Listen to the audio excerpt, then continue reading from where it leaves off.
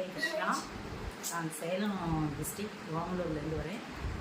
நாங்கள் ஆக்சுவலாக வேலுக்குடி கிருஷ்ணனுடைய ஸ்பீச் நான் கேட்டிருக்கிறேன் ஒரு 6 இயர்ஸ் பேக்கு.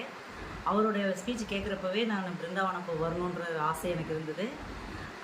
அதுக்கப்புறம் அந்த கோகுலாஷ்டமி அப்போ கேட்டப்போ அவங்க பக்தர்கள் மட்டும் தான் கூட்டிகிட்டு போவாங்க அப்படின்னு சொன்னாங்க. சரி அப்படின்ட்டு இன்னொரு தடவை எப்படியான வாய்ப்பு கிடைக்கும்னு நினச்சிட்டு இருந்தேன். ஆனால் இந்த வாய்ப்பு, அதுவும் எங்களுடைய வெக்கேஷன் டைமில் இந்த யாத்திரை கூட்டிகிட்டு போனது எங்களுக்கு ரொம்ப ரொம்ப மகிழ்ச்சியாக இருக்குது. இந்த யாத்திரை எங்களுடைய ஜென்ம பலன் அப்படின்னு தான் சொல்லணும். ஏன்னா இவ்வளோ டிஸ்டன்ஸுக்கு நாங்கள் தனியாக இந்த பிளேஸ் எல்லாம் பார்க்குறதுங்கிறது ஒரு நடக்கிறமான்றது ரொம்ப அரிதான செயல். இந்த கிருஷ்ணனுடைய பிறந்த இடம், அவருடைய வளர்ந்த இடம், அவர் விளையாண்ட இடம், உரல்ல கட்டின இடம், இதெல்லாம் பார்க்குறதுக்கு ஒரு அருமையான வாய்ப்பு. இது யாருக்கும் கிடைக்குமான்றது எனக்கு கிடைச்சதுக்கு நான் கடவுளுக்கு கோடி நன்றிகளை சொல்லணும்.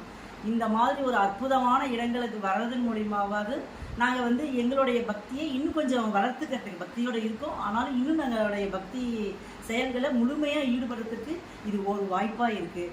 அதே சமயம் எங்களை கூட்டிகிட்டு வந்த பிரபுக்களும் சரி, ரொம்ப அற்புதமாக ஒரு அவசரப்படுத்தாமல் ஒரு இடத்துல போயிட்டு வாங்க சீக்கிரம் வாங்க, இங்கே போகணும் அங்கே போகணும் அப்படிங்கிற மாதிரி எங்களை டிஸ்டர்ப் பண்ணாமல் பொறுமையாக இருந்து அந்த பிளேஸில் இருக்கிற ஒவ்வொரு இடங்களையும் அந்த விளக்கின விதம் ரொம்ப அற்புதமாக இருந்தது. சும்மா நம்ம டூர் போகிற மாதிரி போயிட்டு இந்த இடத்த பார்த்தோம், இந்த சாமி பார்த்தோம் அப்படின்ட்டுலாம் வரல.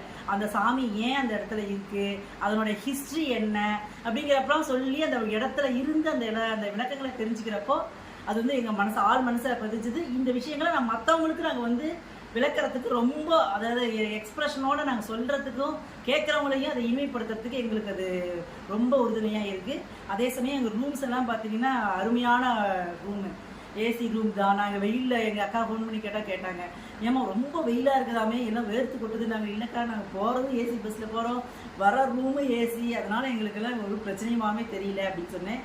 ஃபுட்டு சொல்லணும்னா அதெல்லாம் சொல்லவே வார்த்தைகளே இல்லை.